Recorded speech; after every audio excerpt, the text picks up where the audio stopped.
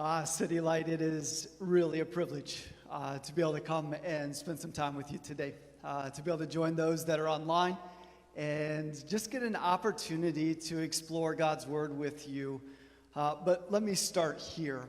I remember a number of years ago when a handful of folks were gathered in an elementary school building here in Council Bluffs and just bowed before King Jesus to say, Jesus, what if? What if you would take us and you would do a new work in this city? And what a blessing over the last years to watch Jesus accomplish a beautiful work and to see what has happened in not only the birth of Citylight Council Bluffs, but now the multiplication of your family really in all kinds of places, from Kansas City, Missouri, to towns like Emerson, Iowa, and even to places on the other side of the planet. And now to watch Chuck and Kenan and their wives and the team around them do one of those gospel goodbyes with you all to say there is another part of our city in need of the kingdom to come. And it is just a beautiful thing. So from a guy who represents a little bit of the bigger family, let me just say to you all, well done, my friends.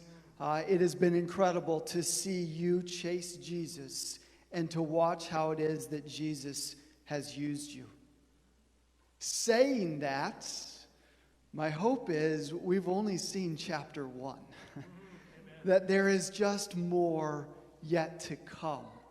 And I'm with Doug in everything that he just set up, particularly in all that is happening in our world today. The kingdom of Jesus Christ is needed desperately. And it's going to be through the church that the kingdom ultimately comes. So, privileged to be in the room with you. Privileged to open the Word of God with you this morning. If you have a Bible, I would love for you to make your way to Matthew chapter 16, where I get the privilege of picking up where Doug and Eric have recently left off. You all have been journeying through this story of Jesus, and I know in a lot of it you have focused on the kingship of Jesus. The gospel account of the King of Kings entering into our world to come and rescue us that we might be a part of his kingdom. A couple of Sundays ago, Doug in Matthew 14 sort of compared King Jesus to King Herod. Talked about King Herod being a very different kind of king from Jesus and setting Jesus apart as far above anyone else. Last Sunday, Eric took us into Matthew 15 and sort of talked about Jesus as compared to the religious kings, the religious leaders of the day, and again said, Jesus is just so much more. An uncommon king as we think about the kings of the world. Today, as we turn to Matthew 16, we sort of find Matthew shifting the vantage points. And what he's going to do now is give us a glimpse into some of the different peoples of Jesus' day and how they saw him. Who did they see Jesus to be? This question of Jesus asking, who do you say I am? And what we're going to see in the first half of Matthew is there are three very different perspectives on who Jesus really is. And as we walk through this, I'm going to repeatedly invite you to ask the question, who do I say Jesus is? Because at some point in the journey of life, we're going to have to move beyond what others think about Jesus. We're going to have to move beyond even what my church sort of corporately thinks of Jesus to actually answering the question, but what about me? Who do I say Jesus is? And what I think we're going to see in these verses is that probably we fall in one of the three perspectives that Matthew shows us. Doug read starting in verse 13. I'm going to back us up just a bit and give the context starting at verse 1. Perspective number 1 on who Jesus is. Matthew writes, "The Pharisees and the Sadducees came to Jesus and tested him." Very quickly into this journey, we find a glimpse into their perspective. They came and they tested him. Somehow these were folks who saw themselves at some level of exaltation where they had a right to, in a sense, point a finger in Jesus' face and say, if you want our attention, you're going to have to prove yourself to us. The Pharisees and Sadducees came to Jesus and tested him by asking him to show them a sign from heaven. He replied, "When evening comes, you say it will be fair weather, for the sky is red. And in the morning, today it will be stormy, for the sky is red and overcast. You know how to interpret the appearance of the sky, but you cannot interpret the signs of these times. A wicked and adulterous generation looks for a miraculous sign, but none will be given it except the sign of Jonah." And then Jesus left and went away. The Pharisees and the Sadducees, these were sort of self-made men. The kind of people who saw themselves as having climbed the ladder, achieved a level of status, a level of significance, and they looked down upon Jesus as though, Jesus, if you want any of our attention, certainly if you want any of our allegiance, we're going to need you to prove yourself. Never mind the fact that already Jesus has done miracle after miracle after miracle, plenty of opportunities for them to see who he really is. And yet they come from their haughty position yet again. And Jesus looks at them and says, "You're really wise about things like reading the weather. But you have no idea who I am. And you have no idea how to understand these times. And only a wicked and adulterous generation would be asking me for a sign. And by the way, I'm not giving one except the sign of Jonah."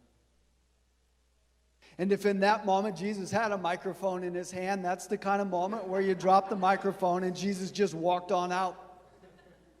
Probably leaving the Pharisees and the Sadducees sitting there scratching their heads saying, what's the sign of Jonah?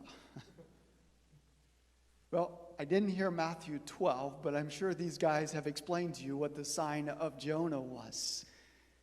Hopefully you didn't leave Jonah in childhood. It's actually a beautiful story to carry with us even into today to understand a more beautiful picture of Jesus. The sign of Jonah, Matthew 12, Jesus says, is just as Jonah was in the belly of the fish 3 days and 3 nights, so the Son of Man will also be in the belly of the earth 3 days and 3 nights. And then he would rise again. And in the resurrection from the dead, Jesus is going to make the declaration to the planet, "I am the King." He would be brought to life with this glorious explanation. And he says to the Pharisees, "Listen, I'm not going to play games with you, except you're going to see when the sign of Jonah comes to be. You'll see who I really am at that point." And he walks out. Perspective number 1. Jesus was seen as an unwelcome intrusion into their way of life. And they saw Jesus as a threat to their own independent kingdoms. An unwelcomed intrusion into their way of life. I have worked hard to become somebody. I'm fairly well put together. I've got status. I've climbed the ladder. I'm somebody, and Jesus, I don't need you getting in my way. Now, let me bring us back to the question. Who do I say Jesus is? And if I'm honest, there have been times in my own journey where I would have seen Jesus as an unwelcome intrusion. That if I actually gave him the allegiance of my life, he'd get in the way of the kingdom I was building. Takes me to the story of one of our church planters right here in Iowa, a guy named Darrin. Years ago, Darrin was a home builder. In the eyes of the world, Darrin was well on his way to accomplishing some really, really good stuff. In his town, he was the contractor you wanted.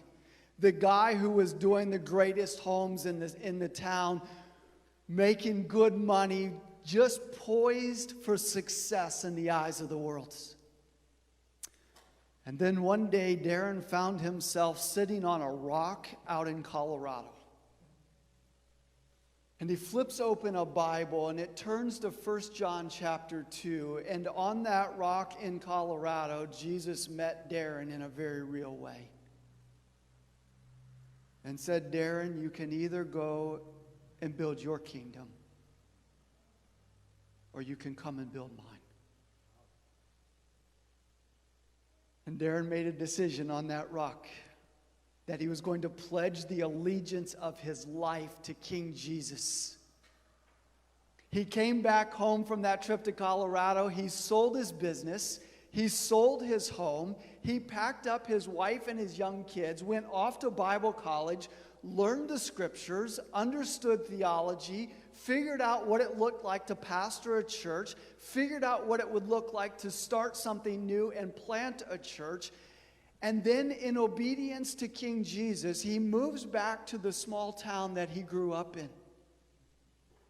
The exact place most voices in his life said, don't go back to your own hometown and do this. They know you there. They know who you were. And Darrin said, the king is asking me to go back to my hometown. And so he went back. And they planted a church that over the last years has seen dozens and dozens of people come to Christ. Baptized dozens and dozens of people. And are now talking about what will it look like for us to multiply into the next town. Because a man determines Jesus is not simply an unwelcomed intrusion into my world. He's the king. And he's worthy of my allegiance. Perspective number 1. The next few verses, verse 5 down through 12, a little bit of a side note. This is just Jesus telling his disciples, gentlemen, please stay away from people like those. You don't want their stuff. And he moves on. Verse 13, when Jesus came then to the region of Caesarea Philippi, he asked his disciples, who do people say the Son of Man is?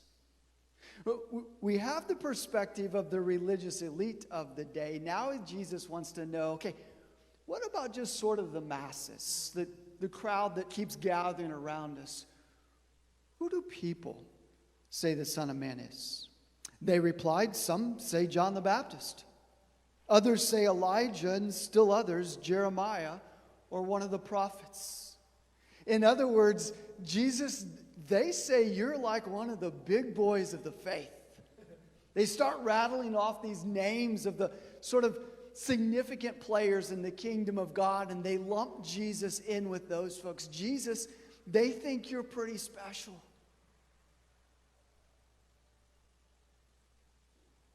Sort of sounds like a good perspective. And yet I think it falls short. People didn't pledge their allegiance to Jeremiah. They didn't pledge their allegiance to John the Baptist. They didn't reorient the entirety of their lives after those people. what they did with John the Baptist is they would show up on occasion out in the wilderness to listen to the guy preach. Remember the stories? John would be out there in camel skin eating funky stuff, and they would go out for a while and they would sit under his teaching, and then they would get up and they would return back to everyday life. They would listen to the prophet Jeremiah for a while. They often didn't like what he had to say, half the time wanted to kill him, and then they would go away and do nothing in response. In other words, a lot of the crowd saw Jesus as a good guy, moral guy, excellent teacher. In fact, so excellent, I'm going to show up on occasion and I'm going to listen and maybe learn a little something. I want to carefully suggest that I think much of the American church, this is their perspective of Jesus. I think Eric used the term minefield last week. Let me just join my brother just for a moment. I think for much of the church of today, I'm all about Jesus right about 10 o'clock on Sunday morning. In fact, I even ironed my shirt to show up because I think there's probably something to this guy. And I'd like to learn a little something, but the reality is once I get out the door, I'm going to get right back into my life. I'm going to get right back into what I was chasing. In other words, sprinkle a little of this good guy into my life, and maybe that'll make things better. But truth is, my perspective is not yet that he's actually king. And I don't say that derogatorily. I say that out of a burden to see the people of God actually experience what God intended. What's blowing up in our world today does not need people who are excited about Jesus for an hour on Sunday morning. They don't need people who are looking at Jesus as on the list with Billy Graham and Mother Teresa and John the Baptist. And yet it's what the people saw in Jesus. Their perspective was, great guy, love to learn something from him. Perspective number one, Jesus is an unwelcomed intrusion into my world. Going to mess up the way I'm doing life. Perspective number two, great guy, good teacher, love to learn something from him. Perspective number one, Jesus says that's wicked and adulterous people that look at it that way, that want a sign from me, have nothing to do with them. Perspective number two, Jesus just seems to sort of blow right past it. Verse 15. But what about you? But what about you? Who do you say I am? And Simon Peter answered, you are the Christ, the Son of the living God. You are the Christ, the Son of the living God. I don't know if in 21st century American culture we can fully grasp the significance of what Peter is confessing in that moment. This was declaration of all declarations. The people of God from antiquity past lived daily in anticipation of the time when the King would come, when the Christ would come. Christ being the New Testament Greek word for the Old Testament Hebrew word Messiah. It means the anointed one, the chosen one of God who was going to be sent into the world to rescue a sinful world and then establish the kingdom of God even on this earth. The one who would come and reign as King of all kings. And when Peter drops this statement, it is the greatest confession ever made. You are the Christ, the one, the King of kings and the Lord of lords. There is no one greater than you, Jesus. Look at Jesus' response. Blessed are you, Simon, son of Jonah. For this was not revealed to you by man, but by my Father in heaven. In other words, it's only the work of God in your hearts. It's brought you to this place. You can see this. And I tell you that you are Peter, a name that means rock. And on this rock I will build my church. And oh, by the way, the gates of Hades will not even be able to overcome it.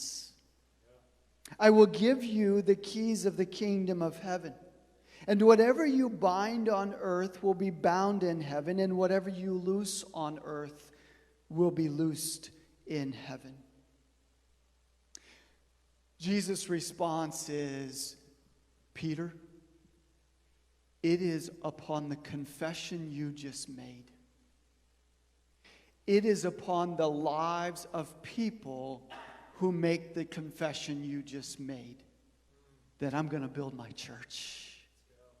It is going to be upon the lives of men and women and boys and girls who have determined that Jesus is King, worthy of the full allegiance of our lives. Jesus says it is upon those people that I'm going to build my church. And I'm going to build her so strong that even the gates of Hades won't be able to stop it. Now, I don't have time to go into this, but if you ever want a crazy fun study, go research Caesarea Philippi. In the ancient world, it was a city known as the gateway to the underworld. Literally, pictures of giant cavern going deep into the rocks. And the world of the day said, that's how you get into hell. And Jesus went to that town to make this declaration that he was going to build his church, and even the darkness of that isn't going to be able to overcome it. Now, let me keep going here. He then says, and Peter, I'm going to give you the keys to the kingdom, such that what is happening in the kingdom of heaven is going to become reality on earth, and what's happening on earth is going to be what's happening in heaven. In other words, there's going to be this relationship where the kingdom of God, just as it is in heaven, is now going to be present here on earth. And the decisions that are made, the things that are done as a part of the church of today are going to be binding even in heaven. Might remind us of back when Jesus taught his disciples to pray. Do you remember what he said? Your will be done on earth as it is in heaven. In other words, Jesus' dream was that the kingdom of God would come into this world even here and now, and the instrument through which the kingdom was going to come was to be the church. Now, let me walk back into the minefield just for a moment. By church, Jesus was not referring to simply a gathering at 10 o'clock on Sunday morning. By church, Jesus was not saying, go find the flashiest personality you can find, put them on a stage, gather a crowd, and wow them week after week. By church, Jesus was referring to those who would confess he is King of Kings and Lord of Lords, and who would then pledge the allegiance of their life to him. Folks, what Council Bluffs needs more than anything else is not flashy personalities. They don't need a show on Sunday mornings. It's part of what I love about Citylight Council Bluffs. Is this thing's never been about a show. And you've got two of the flashiest, coolest pastors on the planet. I get that, and the rest of the staff. I know all that. But this has not been about building something around some personality. It has been about the kingdom of God coming. And what Council Bluffs needs, and what Omaha needs, and what Minneapolis needs is the kingdom come.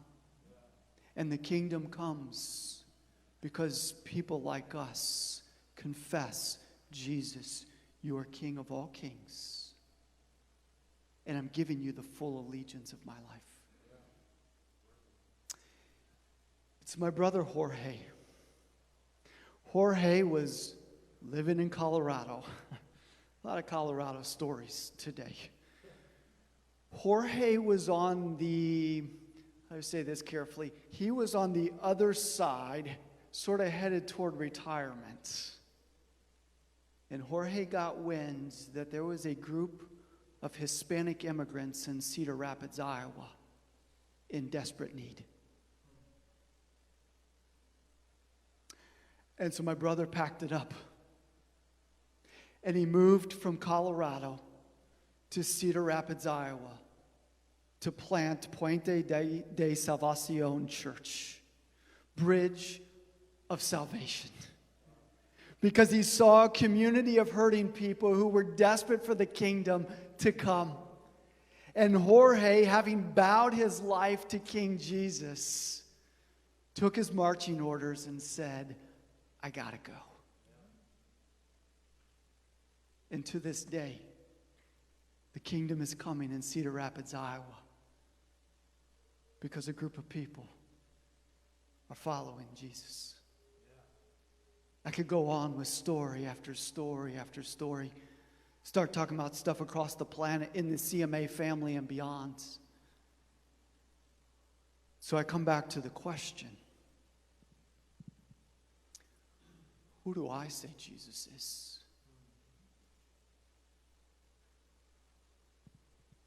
Who do you say Jesus is?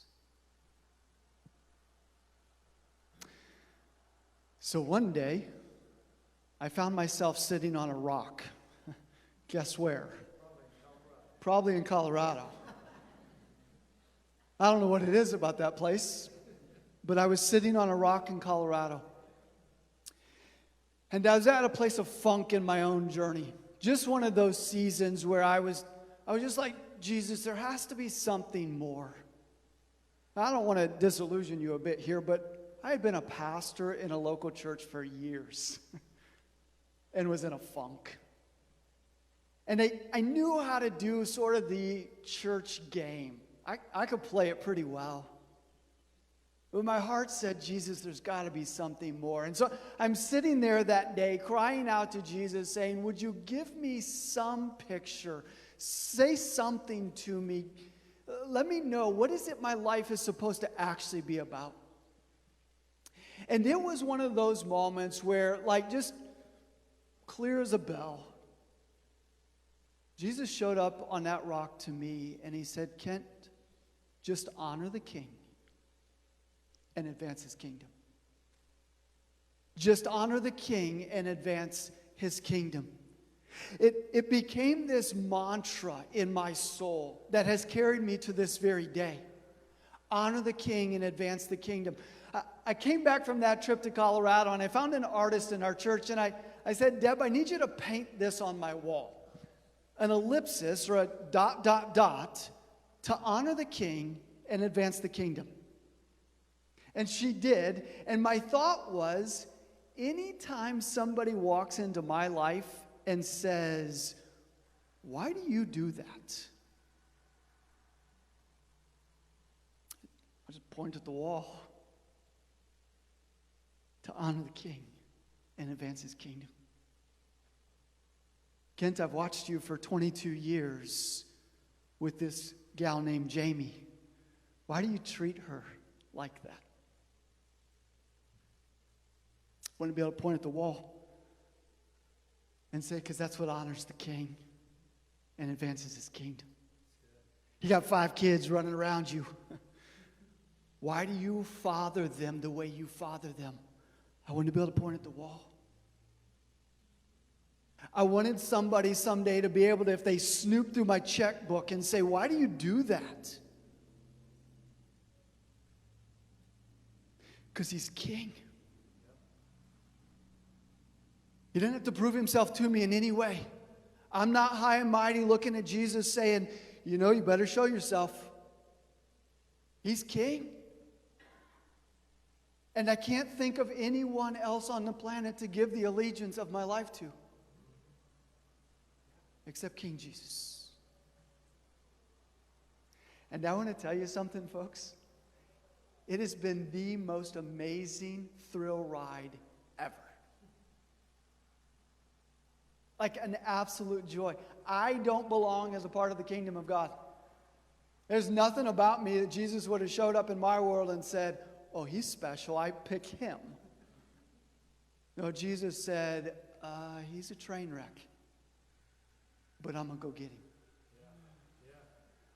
And Jesus in the cross threw open the doors for us to be a part of his kingdom, even here and now. So one last story, real quick. I don't have time for this. Space Mountain. You ever been on it? Disney World. I'm a little kid at the time.